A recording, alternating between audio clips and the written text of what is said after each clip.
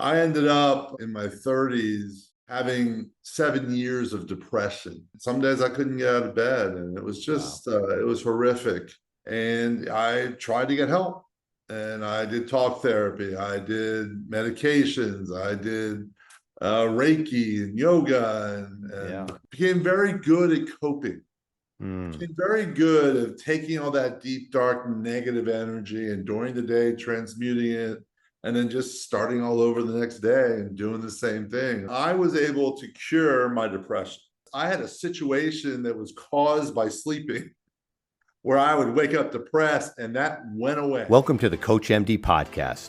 I'm Dr. Charles Glassman, bringing you 3 decades of experience as a physician and a coach. Join us as we navigate the maze of medical advice with real-life stories, empowering you to take charge of your health. In our That Happens segment, guests share transformative experiences, reminding us that we're all human and not just patients.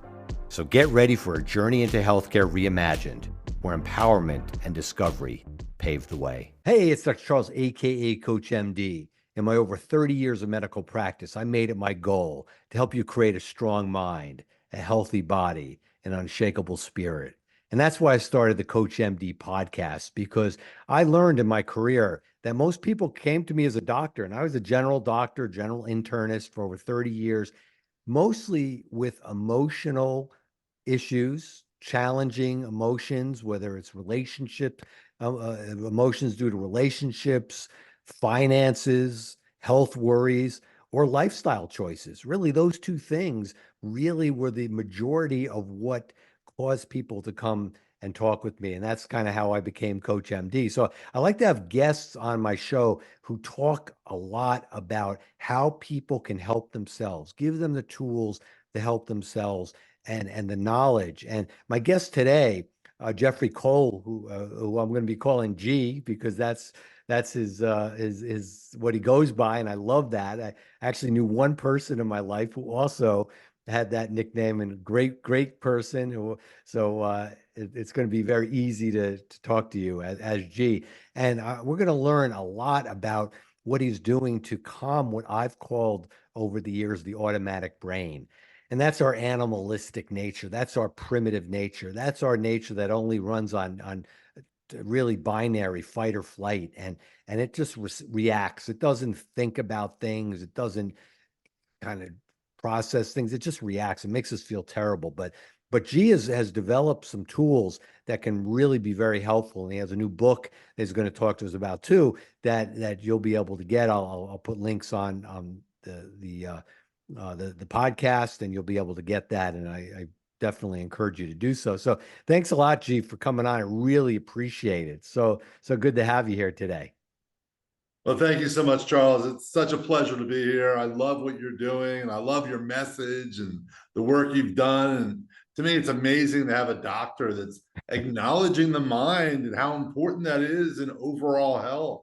Yeah, Because we are mind and body, yeah, and absolutely. how many people are talking about both at the same time? And I'm just really Yeah. excited to be sharing the space with you. Thank you, Charles. Cool. Yeah. Yeah. And that's kind of how I became, known as Coach MD, because my patients were coming to me, and I found myself more coaching them along in their life, and trying to navigate their emotions. And as I did that, I had to look into myself, and I had to try to figure out, why do I get anxious? What are the things that kind of trip me up or make me feel sad? And certainly it's not everybody can go through intense psychotherapy, and certainly if you can, I encourage you, people, my audience, at least sometime in their life, if they need someone to talk to, get some therapy, because it's very helpful, insightful. I did in my 30s, was very helpful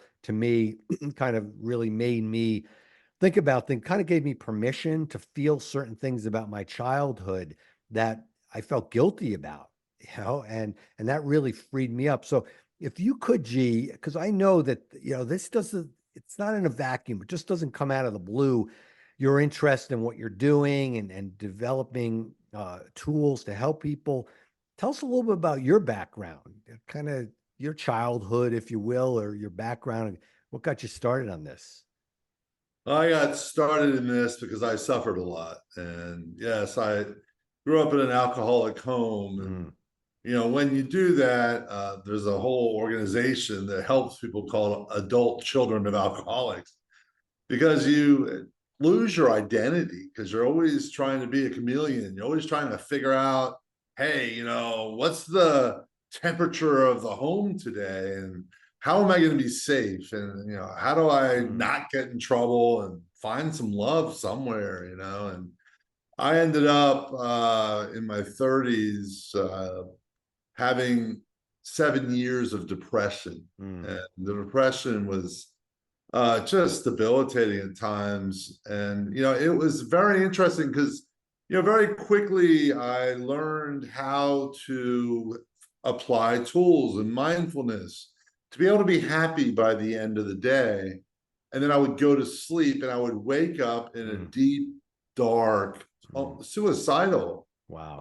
hole where, I mean, before I could even think, my system was like, we should just end this. Mm, And some days I couldn't get out of bed, and it was wow. just it was horrific. And I tried to get help, and I did talk therapy, I did medications, I did Reiki and yoga, and Yeah. I just kept having depression. I even went in for sleep studies with doctors, and the doctors were like, "Hey, you're sleeping good." Mm, And I was waking up suicidal. wow. Because when we talk to a sleep doctor, which, I mean, you're very different than most doctors because you're thinking about the mind, Yeah. looking at my physical patterns of sleep. They weren't Hmm. talking to me about my mental patterns at Right. all. Yeah. And finally, I started to study psychology and to try to figure out, how can I help myself, and became very good at coping. Mm, She's very good at taking all that deep, dark, negative energy and during the day transmuting it, and then just starting all over the next day and doing the same thing. And I started to build some really valuable routines. I developed what I used to call and still call a morning mental fitness routine, mm, where I would just do things just for my mental, state of mind, to be very, very intentional about it. What I'm thinking for the day. I actually had exercises where, my system would just give me negative thoughts, yeah. and I would try to have two positives for every negative, Wow.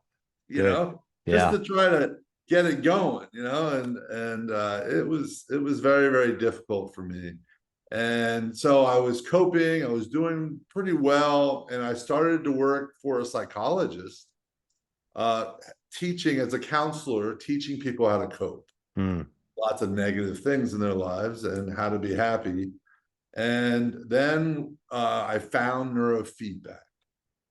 And when I found the neurofeedback, I started to study the neurological brainwaves. mm, And, brainwaves are mind and body, right? Because I'm taking yeah. an EEG and I'm measuring how the body, how the neurological system is interacting with the brain.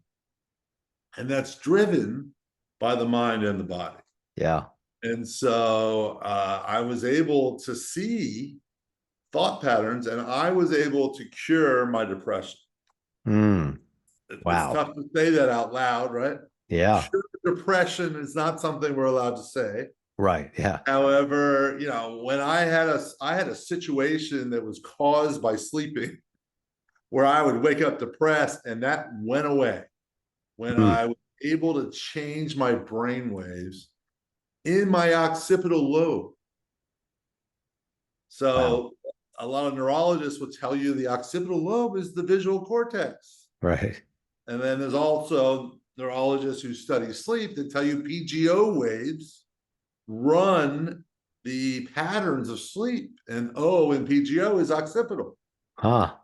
And so that is what I discovered, is that the occipital lobe is vital for lots of different systems in the body. And in my studies, when I say studies, I brought the neurofeedback into the office and been helping thousands of people change how they feel and function on a daily basis from the neurological perspective. Yeah. You know what I love what you're talking about is that um we're taught in medical school, one way of thinking, and it's basically textbook, textual, whatever where the didactic lectures are, and we're not allowed to really think of anything else. And so when someone has results, I mean, to me, that's where the rubber meets the road, is the results. Okay, don't tell me about theory, don't tell me about possibility.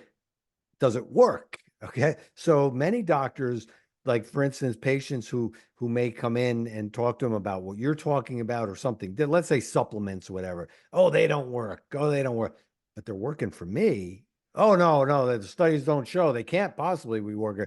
So it often is people like you who had to find a solution, who had to do the work. And so when I've always encouraged, like I never, when a person would come and talk with me and they would start talking about their own research, what they found about their own condition, let's say, I, yeah, tell me about it, because you're going to know more about that than I could possibly know, because you've done the research. And what you're talking about with the waves in the occipital lobe, it's like, oh no, oh no, that can't, no, of course, no, that can't work. But I remember I went to acupuncture once, and the acupuncturist put a needle in my leg, like the inner part of my thigh or whatever, and I felt a sensation, I think in my shoulder or somewhere, where there's no way it could have been connected. There's no neurologic.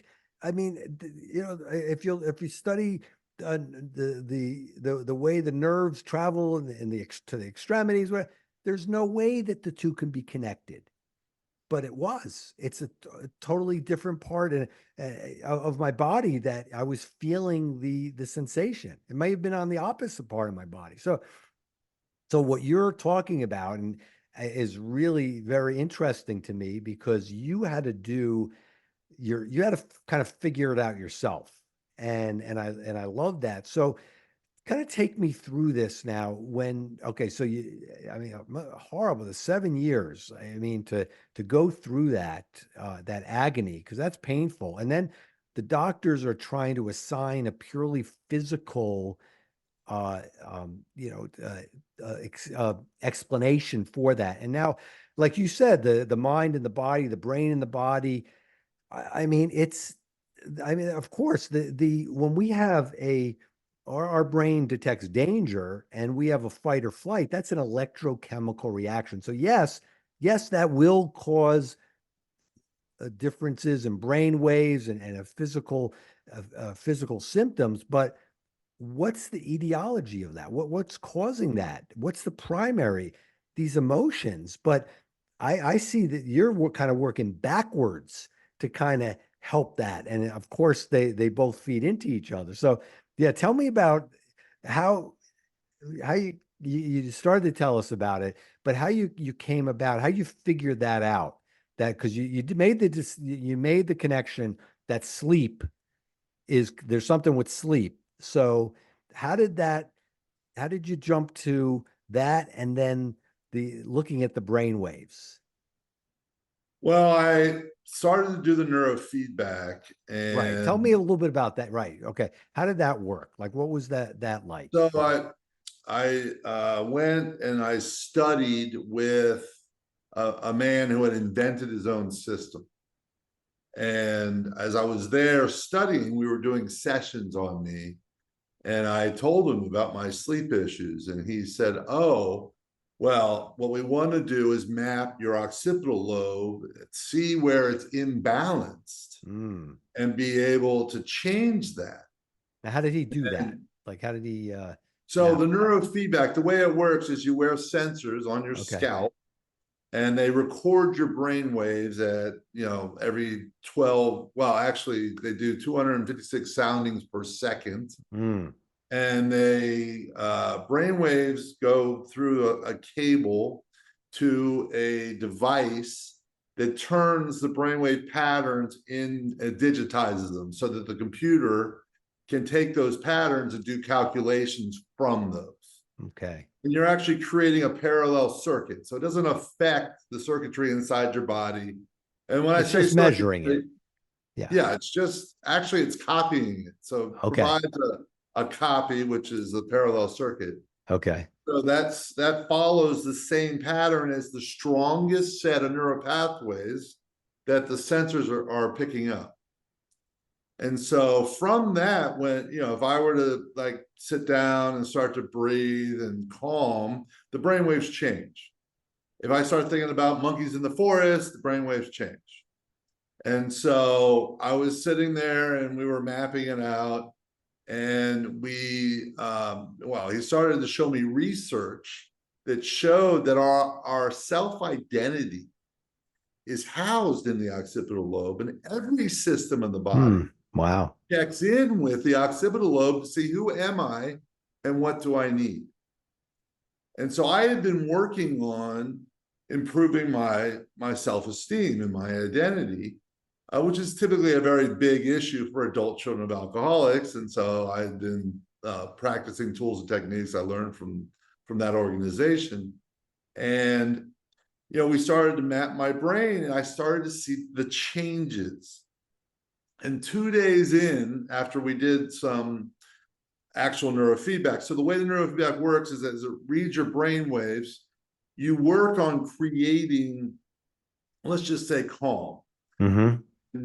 The computer takes the average level of the brain waves wherever we're doing the training at certain frequency bands. So different levels of the mind function. So there's the unconscious, subconscious, conscious. Unconscious is below 12 hertz. Then the subconscious is really 12 to 15 or 16, and then 16 to 60 is our conscious. And so you can see that the imbalances. So when I say an imbalance, my left occipital lobe was operating at double the right. And so I was just like, well, what does that mean? And the man said to me, well, it means that you've got a lot of confusion and fear about who you are and how to be safe as in your identity. And so as it's the computer is monitoring, and I'm working on feeling and doing a mantra, something like, I am safe, I love who I am, the brainwaves change. And so we want to work on calming them and getting them very equal, or you want them within 10% of each other, really. And as it get closer, the computer will play sounds. So it's doing 1,000 or 256 measurements per second, and every 12 milliseconds, it generates a sound based on the first 10 seconds, right? So that's your threshold. Okay. And if I can get my brainwaves lower, I hear volume go up of a sound. And that guides my unconscious that I'm doing it right.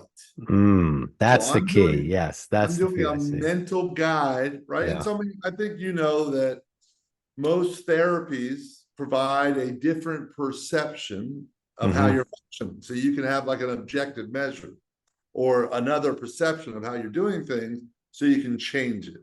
And so this provides our nervous system an external view of how we're functioning. And so the sounds, you can program them to help your system make very important and significant change. And you're tracking it the whole time. Yeah. So you've got an objective measurement of your mental function. Wow. And so from that, I was able to see that the more I, worked on, hey, I'm okay as I am, my brainwaves got more even. And then the computer guided my system to build more neural pathways a lot faster than I would if I was like doing a mantra on my own. And they stayed up to 100 times faster. Wow. So one session on the computer is like 90 days of practice. Wow. And in 2 days, I started to wake up without my depression. Wow. I was shocked. I'm like, oh my gosh, this is a miracle. Yeah. And it wasn't a miracle, it was science. Yeah. Wow. I love that because, so many people they define themselves by their illness. Oh, I have depression. They take ownership of it, and it locks you in. And Yeah. it seems like there's no escape. And this seems like it was so, I mean, not seems, it was so freeing. And again, who's going to argue with that? A lot of people will argue it. Oh no, gee, come on, you're full of it. Come on, you know. Oh yeah, well, 2 days before you were waking up depressed. 2 days later, you're not waking up depressed. I don't care what's doing it. Okay, it worked. Okay, you're getting results, and again, that's when the rubber hits the road. And the problem with so many of my colleagues is that they don't recognize that. I mean, this is totally off the topic, but oncologists will talk about spontaneous remissions. And if somebody has a spontaneous remission, which is uncommon, not rare, but uncommon, um, oh yeah, that happens. Well, if that happens, I want to know why that happened. Okay. Just don't say it happened. You're telling me that, all this stuff. So, I love that, that this, it obviously, it was a light bulb, a eureka moment, that this therapy was working for you. And I love that obviously, yeah.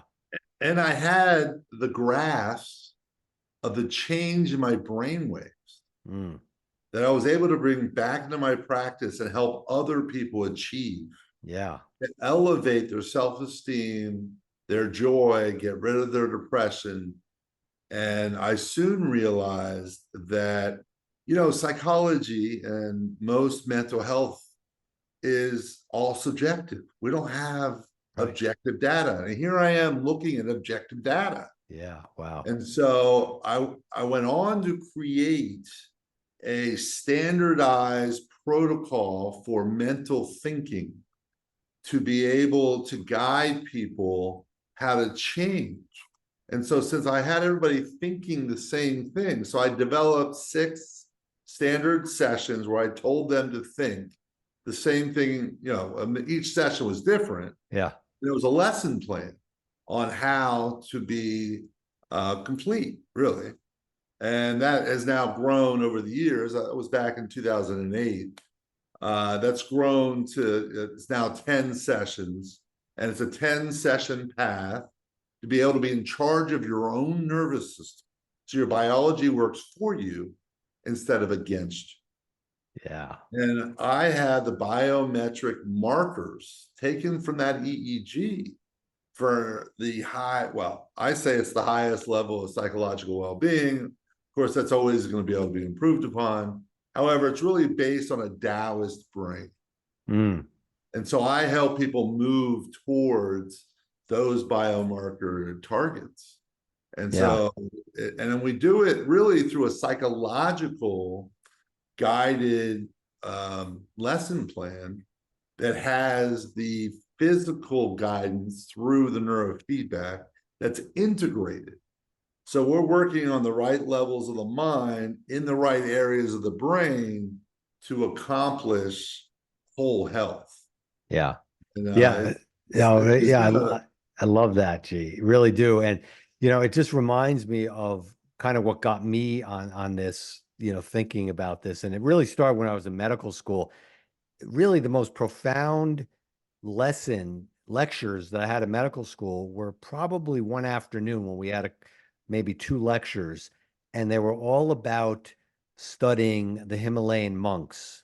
And that had the most profound, I mean, I don't want to, my patients over the 30 years to think, okay, I didn't learn anything in medical school and they were going to a quack, crack pipe doctor.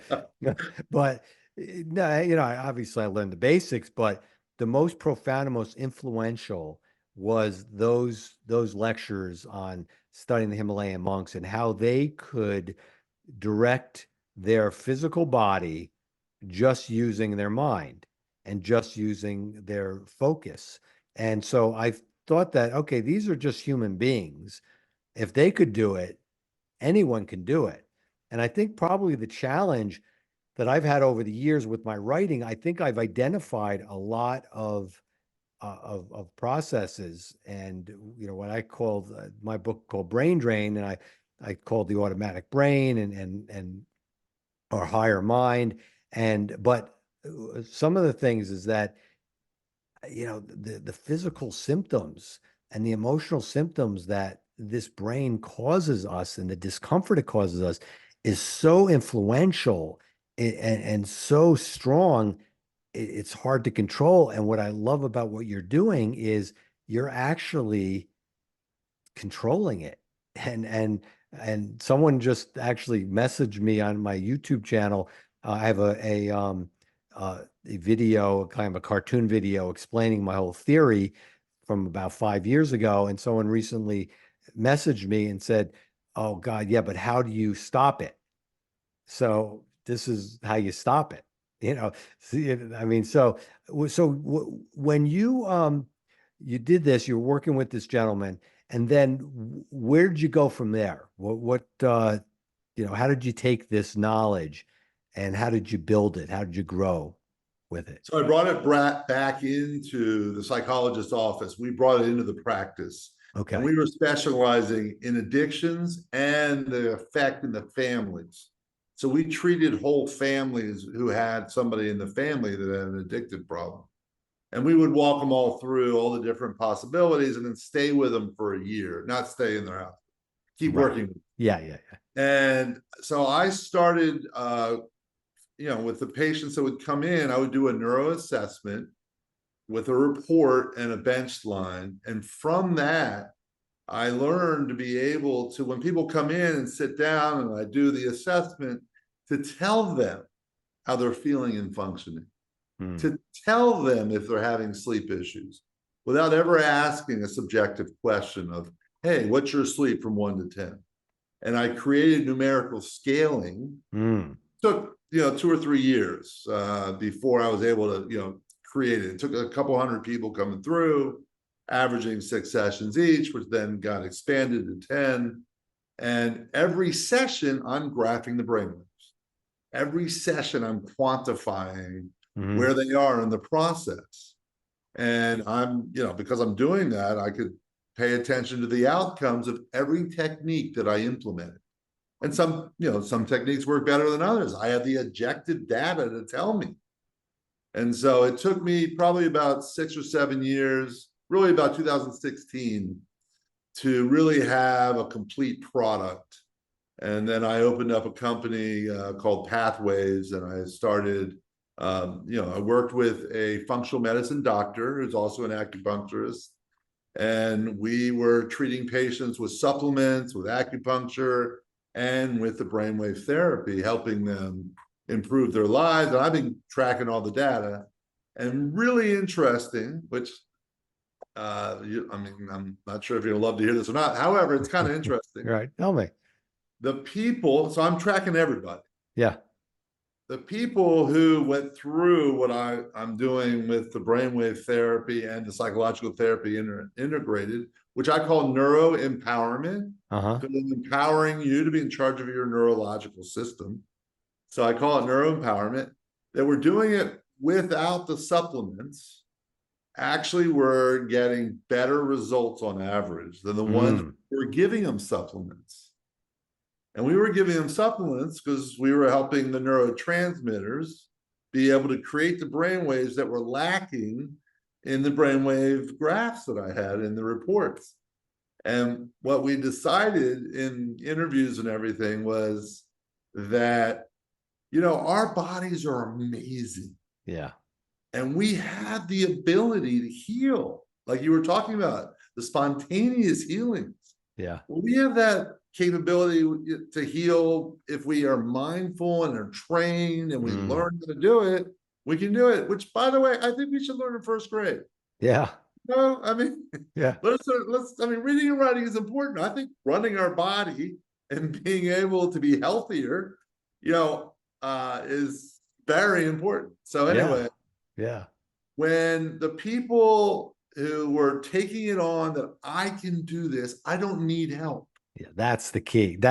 Yeah, and I was going to say that that's the key.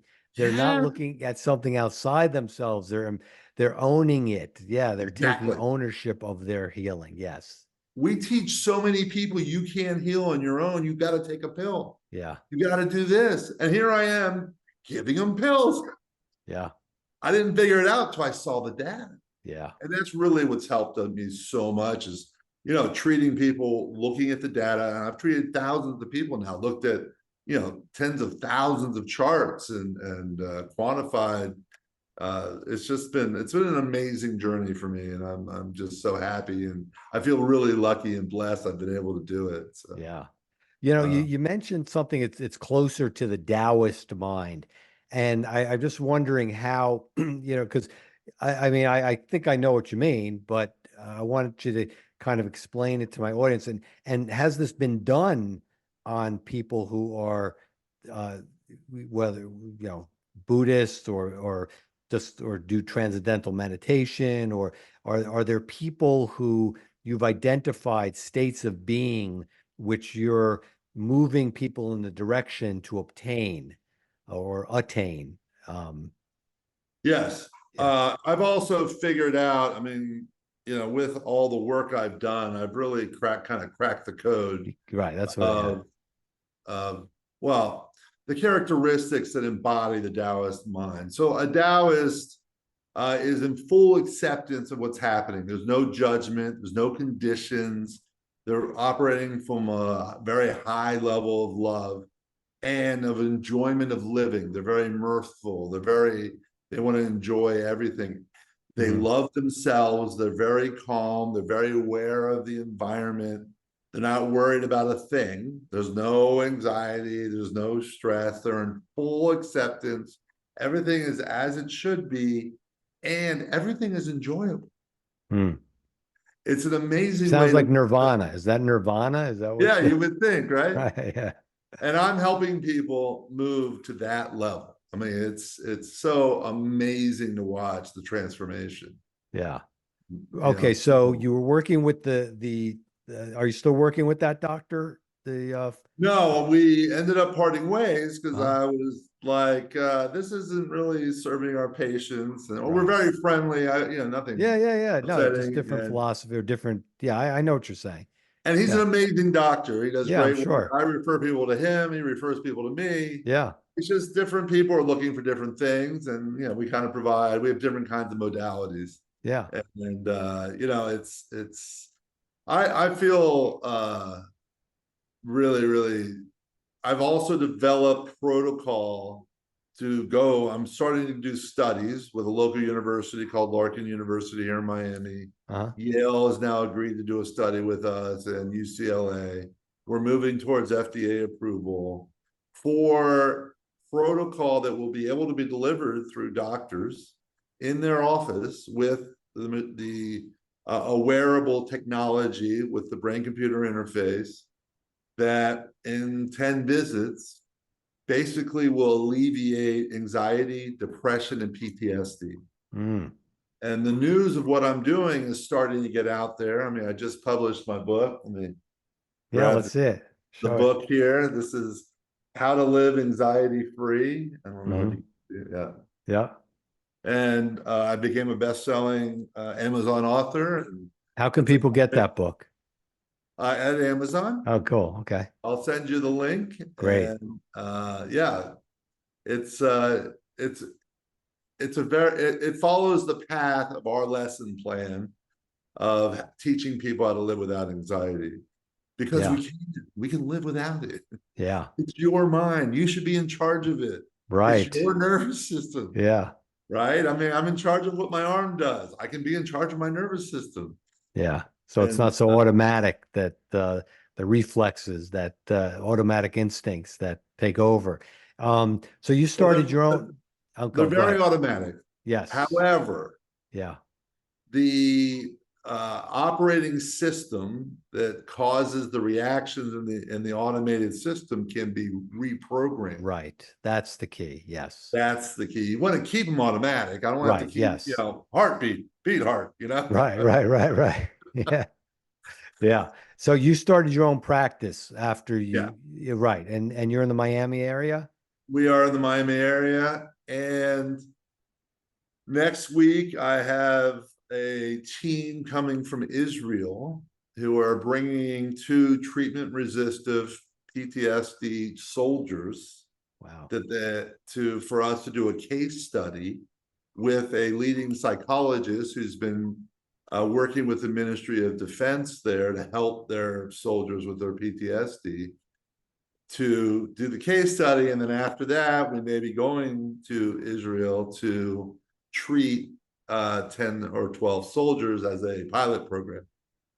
Wow. Who knows where it goes from there? So I'm just, I'm really excited that we have this protocol that, well, what led to this Yeah. is, I don't know if you heard, there was a tower on Miami Beach here in Surfside Oh, yeah, sure. that collapsed. Yeah. Yeah. And the young man that was pulled from the rubble, he was 15 at the time, Hmm.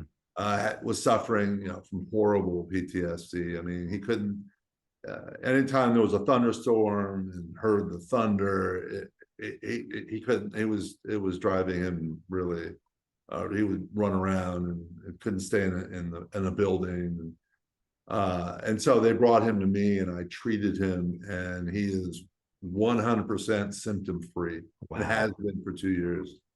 And Wow. so his father has taken this on as his cause, and he's made the contact with the Israelis, and I Hmm. want to help anybody I can. Yeah. I'm So, not, I don't want to be yeah. political about anything. I just, you know, Yeah, of I'm here course. to help people. And really what I've learned, and I think you're going to love this, is that what you're talking about, that automatic, right? What are the Yeah. triggers that trigger that automatic response? It's all fear-based. It's all Yeah. about survival. Yep. And I'm teaching people to shift that from fear to love. Hmm. And when you can take the tenets of love and teach your automatic brain to use that as its guiding system, Yeah. everything changes. Wow. I used to get sick every month. I grew up in that alcoholic home. Yeah. And so I had asthmatic problems. I had something always wrong with me because I knew there was something wrong with me.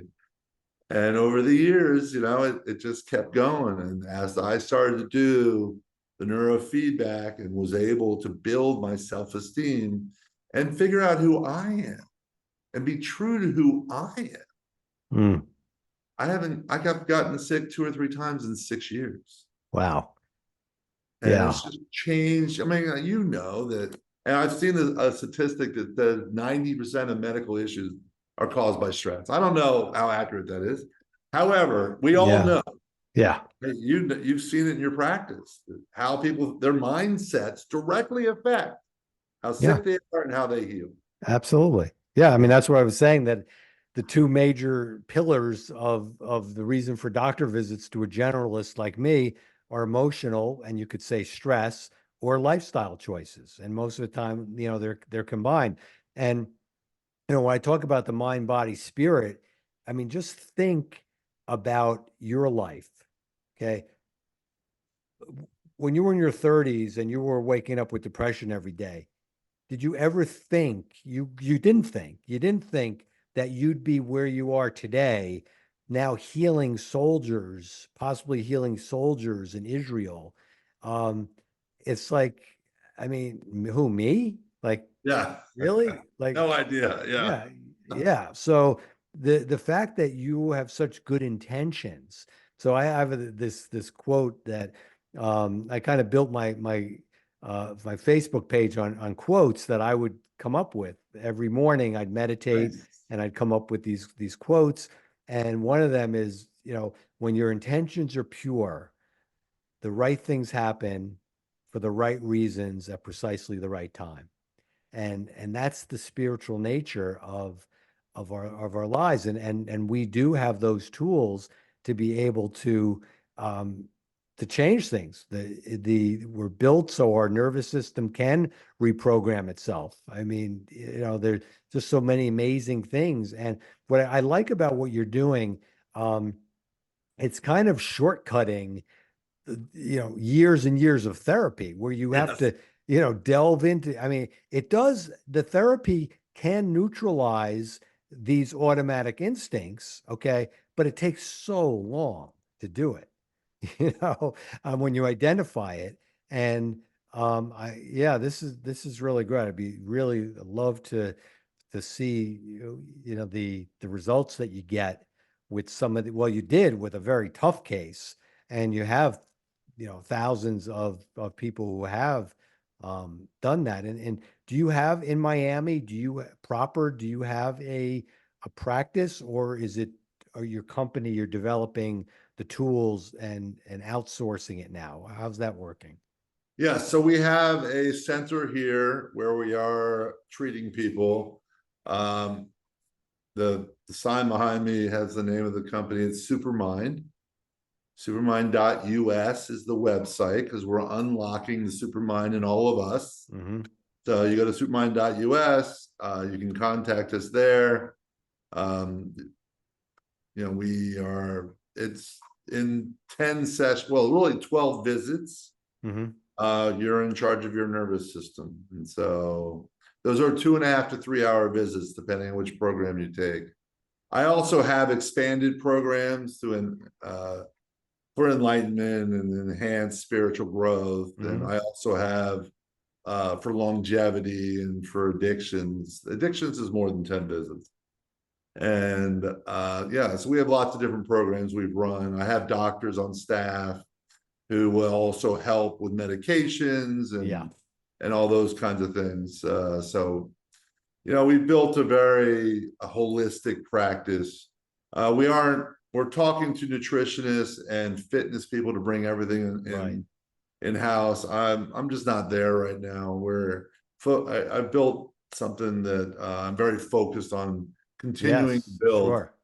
And we are working on creating a wearable so that it'll be able to be distributed, through practitioners worldwide, and we will distribute through doctors, psychiatrists, psychologists, Yeah. and life coaches. Interesting. Now, have you seen anything like medications? How do they interfere or disrupt the brain waves? As certain like the SSRI medications, the Prozacs, if for my listening audience who don't know, and some of the other SSNRIs, or all the different psychotropic medications. Have you seen that? Have people been able to come off of their medications? What have you seen? What's your experience with that? Most of my patients come off of their medications. We Yeah. coordinate care with their prescribing doctors, Hmm. and the doctors handle that, or our in-house doctors will do it. The interesting about the SSRIs is when I do my initial assessment, I can tell from the brainwave patterns if an SSRI is going to help or not, Wow. because serotonin is one of the key hormones used to create alpha brainwaves.